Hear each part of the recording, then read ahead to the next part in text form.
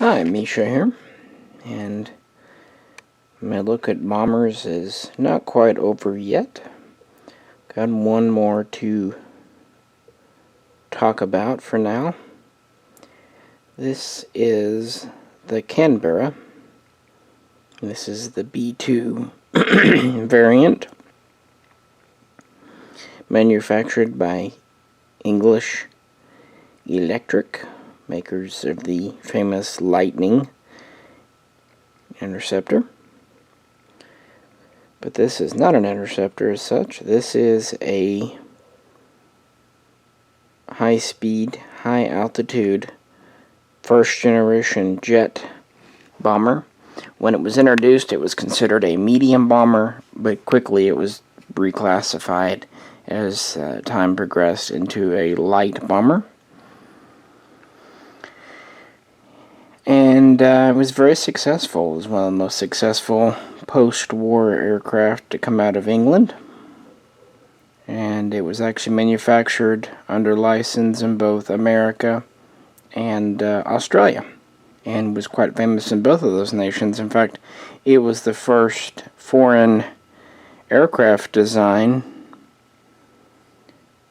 to be used by the U.S. Air Force in any numbers of any note since World War I. There was quite a political kerfuffle when it happened, but at the time, American aircraft makers just didn't have what the Air Force needed. But we'll get into that as the video continues. This model is from Corgi. It is a 1/72 scale diecast. It's actually from the British Signals Corps. Again, it is a modified B.2 variant, which was one of the early variants of this plane. And the genesis of this plane really dates back to World War II and has a lot in common with the Gloucester Meteor. Well, in 1943, the British Air Ministry was working with the new jet engine system. In fact, Britain, along with Germany, were both leading the way in jet propulsion. They were well ahead of America at the time. And they wanted a new high-altitude, high-speed bomber to replace the very successful but very much aging Mosquito. So in November of 1943, the English Electric Company was invited to participate in trials with the new jet engine to try to develop a new bomber. English Electric had kind of entered the airplane game during the war, manufacturing other designs, but 1944, they kind of decided they wanted to get into designing their own things, and they hired talent away from other companies, namely one of the designers from Westland, who already had an idea for a bomber.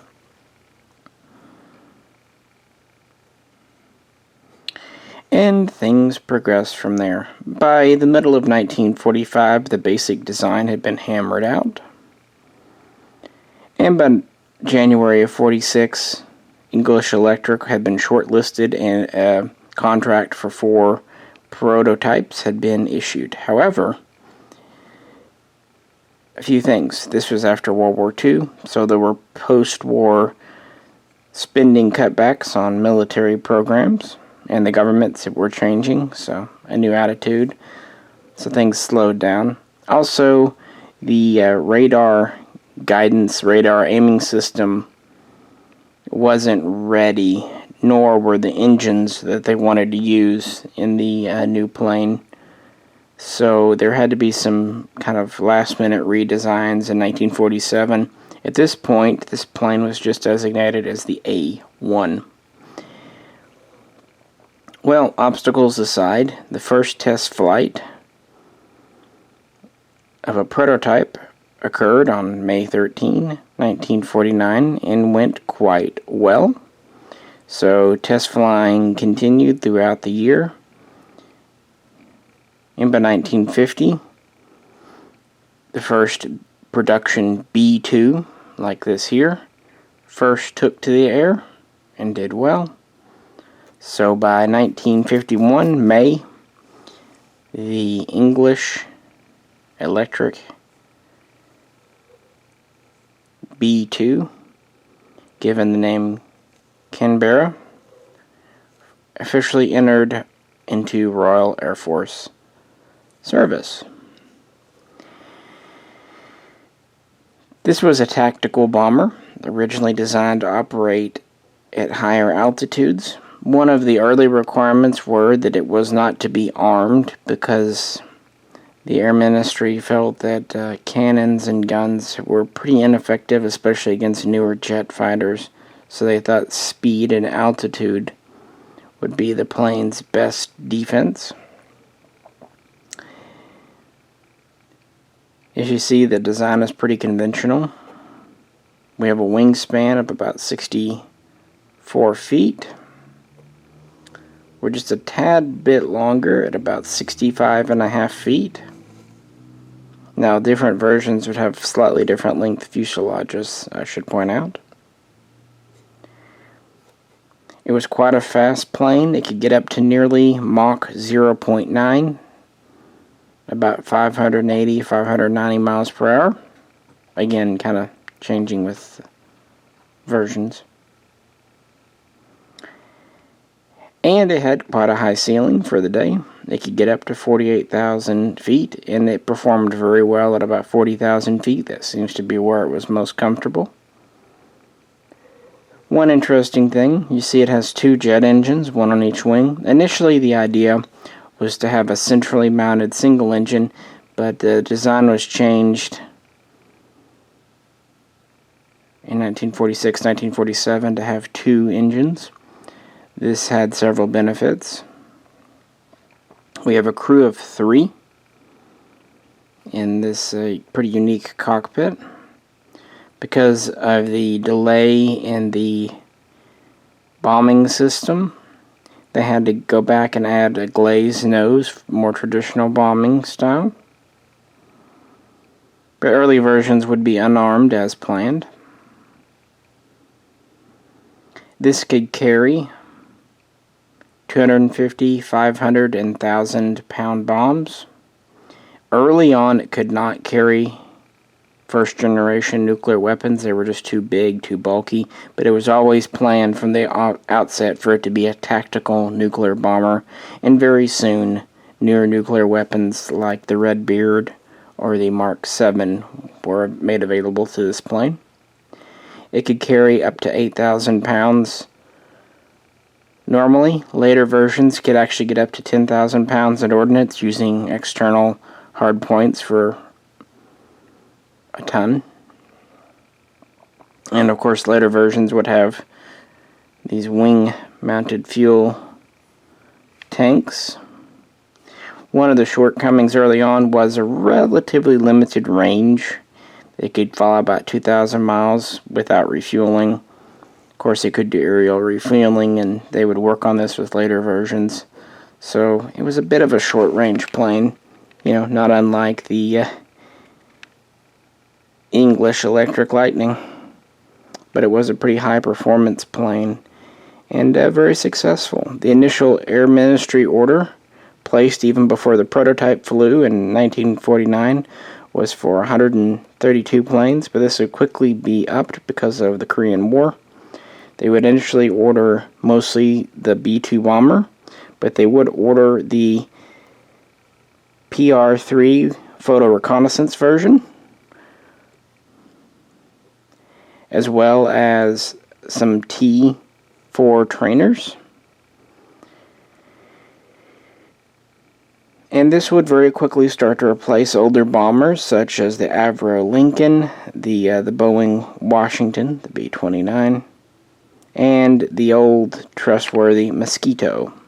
That'd be what this would replace in the bomber role, and then a short time later it would start replacing the Mosquito in the photo reconnaissance role as well.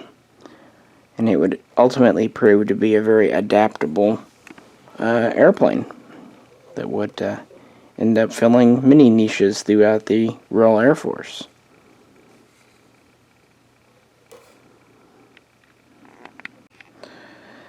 So obviously the Korean War changed things for the Canberra, but had been a relatively low priority, although of interest to the Air Ministry, the RAF,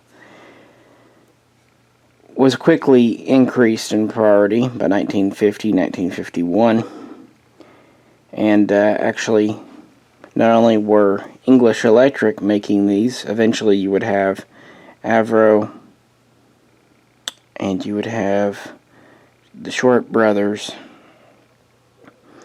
and you would have Page all making them. So you'd have 4 factories, Hanley Page, excuse me, 4 factories making these. So by the end of 1952, 7 British squadrons would be equipped with the new B-2. But even at that, because there was so much foreign interest, the demand just couldn't really be met. They were making these as quick as they could. And to that end, they would be made under license, like I said, in America and Australia. This, for its day, really filled a role that nothing else could. In 53, the trainer version would be online. We would first have the PR3 reconnaissance version. And then in 1954, an improved bomber version, the B6, would come online with better fuel capacity and many, many other upgrades.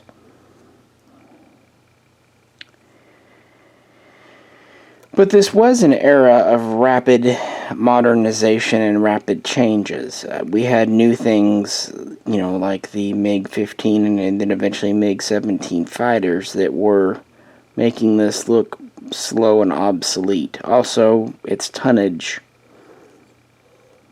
was pretty low for a bomber by the standards of the 1950s. That's when it really became a quote-unquote light bomber, or a tactical bomber. In 1955, the so-called V-series bombers started to come into British use, which had more range and more cargo, more payload than the Canberra. So you started to see these replaced in the high-speed, high-altitude bombing role.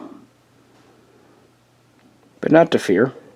Going back to 1954, a new version was first tested, the BI-6, quickly followed by the BI-8 Canberras, and these were specialized interdictor versions. And essentially, they transformed this plane's role into a low-altitude tactical bomber, either conventional or nuclear. And they started to fit it with weapons. Early interdictors would have 4 20mm cannon. Later ones could be fitted with machine gun packs or rockets, and even later, missiles. So it would be updated as an interdictor. You also had the Signals Reconnaissance Corps, which this one is a model of, start using these in 1953, and they would fly them through 1976.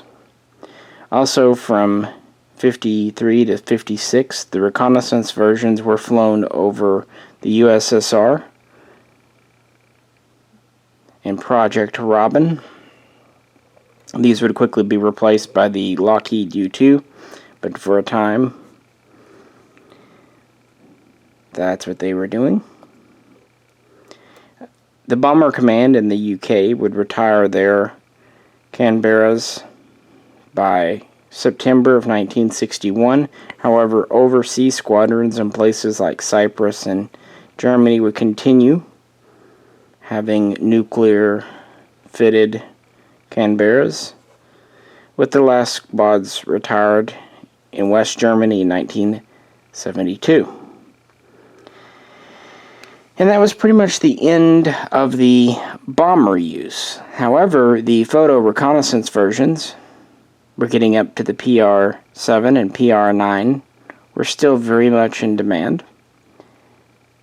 They were very nearly used in the Falklands War in 1982, but at the last minute, the 11th hour, that mission was canceled for political reasons. However, they still flew throughout the 70s, 80s, even 90s. They were used in places like Somalia, Bosnia. Also, they were sent to Afghanistan when Britain assisted the U.S. during that, and they were even in use during the early phases of the Second Iraq War, the invasion of Iraq in 2003. Finally, Britain would retire its last Canberras. They would fly their final sorties in June of 2006, and there'd be a big ceremony on July 28th, 2006, to mark the official decommissioning and retirement of this plane, meaning it was in service for well over 50 years, and was considered quite a special plane to the Brits. And really, it was kept in service because of just how adaptable it was. Again, it was originally a bomber, then it was used as a reconnaissance, then it was used as a interdictor. Of course, it was used as a trainer, it was used as a target tug, it was used in electronic warfare. And Britain would produce 900 of these, and they would export the Canberra to 27 countries, making it one of the most produced and successful bombers of the early Cold War period. It would actually outlast many of the V-series heavy bombers.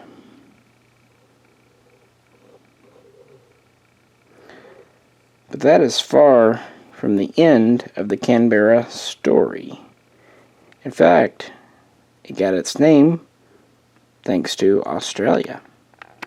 The Canberra name, of course, comes from the capital of Australia, who was extremely interested in the A1 and really placed an order before the RAF, at least officially. It was the first on-paper official buyer. The RAAF, as my speech calls it, the RAF. But yeah, they were early interested, but they wanted to build their own. They were going to replace their aging Avro Lincolns, and they wanted to use the A1, later the B2, as a traditional conventional bomber, not nuclear capable. And based on their experiences in World War II with Japan, they wanted a decent fleet with range and speed. And they first received British-made Canberras for basically test and evaluation, but from the beginning they wanted a license to make their own. And the first Australian-built B2 was ready for service by 1953, and they would build a total of 49, one prototype and 48 production models in their country. And they, of course, would very quickly enter service. They would be used, or at least made ready for use, in several of the Cold War era brush fires throughout the 50s and 60s.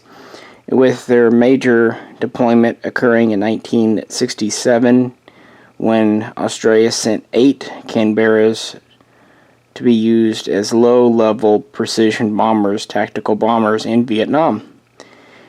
And they would earn a very, very good reputation, even from the Yanks in that war there.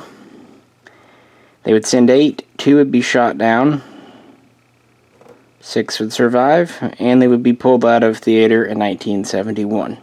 That would be the major combat use. Mostly they were a deterrent. Really, as early as 1962, Australia was looking at replacing their Canberras because of newer fighters coming online like the MiG-17 and soon-to-be MiG-19, which could catch up and shoot down the unarmed plane. Australia never really went to the interdictor version like Britain.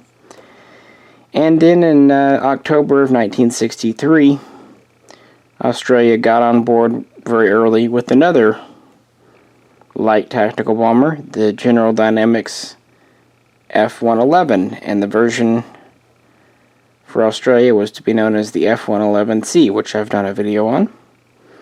But that program did not go very smoothly, and there were multiple delays to the point that Australia did not start to receive its F-111s until 1973 through 76, and a small batch in 82. To that end, they had to keep their Canberras in service for longer than planned, finally retiring them in the summer of 1982, meaning they were in Australian service for a good 3 decades.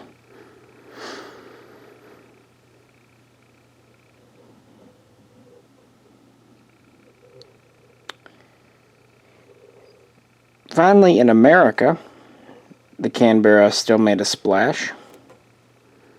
It was produced under license by Martin. Originally, the U.S. Air Force needed a new light bomber or attack plane to replace the aging Douglas B-26, and the Canberra went up against a design from Martin known as the XB-51, but the Canberra was selected because it was just it was essentially a finished plane, whereas the other participants in the trials were barely prototypes. So it was kind of a shoe-in to win. There were political considerations, Americans like to buy American planes, but this is kind of alleviated by Martin manufacturing them, which was good for everyone because English Electric didn't have the spare production capacity to make for America anyway. So it all worked out well. The first ones were known as the B-57A and were essentially exact copies of the British plane. Later, Martin would come out with the B-57B, which was more of a Americanized version, although it still, was a Canberra. And they would produce over 400 in the US of A. Very large number. In fact, a couple are still flying today, used by NASA, and they would remain in U.S. Air Force service up through 1982 en masse as tactical bombers. So that means the total production for Canberras around the world was over 1,350. Quite a large number for a post-World War II bomber. It was a well-liked plane, and it stayed in service much longer than really any of its contemporaries. And I think that has to be because it was so versatile. It was also quite easy to keep running. It wasn't all that demanding. It had a lot of manual controls. In a lot of ways, it was very simple and straightforward. Didn't have a lot of complicated electronics and such. Some versions would only have a crew of 2, others would have 3. It just had a lot of uses. And it's a really neat plane. And it really, much like the B-26, blurs the line between attack aircraft and bomber. Because if you look at it, it in some ways looks like a big fighter. That's why I actually really wanted this model because it looks kind of like a larger version of a Gloucester Meteor. Has this bubble canopy, straight wings, engines, the fuel tanks. It doesn't necessarily look like a bomber, but on the other hand, it kind of does. And when I found this model from Corgi, this is from Aiken's Airplanes. They're the only ones I think that still have these. They had this version here. They had a couple of training versions, one in red, but I thought this version was the best option. Plus, it was a couple of bucks cheaper, so why not? It has landing gear up or down. It has crew figures in the cockpit. It, like most Corgis, is predominantly metal. The wings, fuselage are metal. The tail fins, the horizontals, are plastic. The vertical is metal. The bomb bay on the underside is plastic, I believe. It might open. I think it does. So that's pretty neat. And again, you have the Rolls-Royce engines, quite detailed. And you've got the wingtip fuel tanks. This did not come with any external guns or cannons. It's just, like I said, this is a B2. They did have a B6, but I don't know, kind of like the traditional B2 a little more. But, yeah, mostly I'm interested in World War II era bombers, but I really like my Corgi English Electric Lightning, so when I found this, I thought, I gotta get it. I mean, I like the design aesthetic that English Electric did. Plus, this fills a role in both an American and a Brit collection, as well as Australian, so kind of one of those nice things. Well, I appreciate you tuning in. Any questions or comments, please do feel free to leave them below.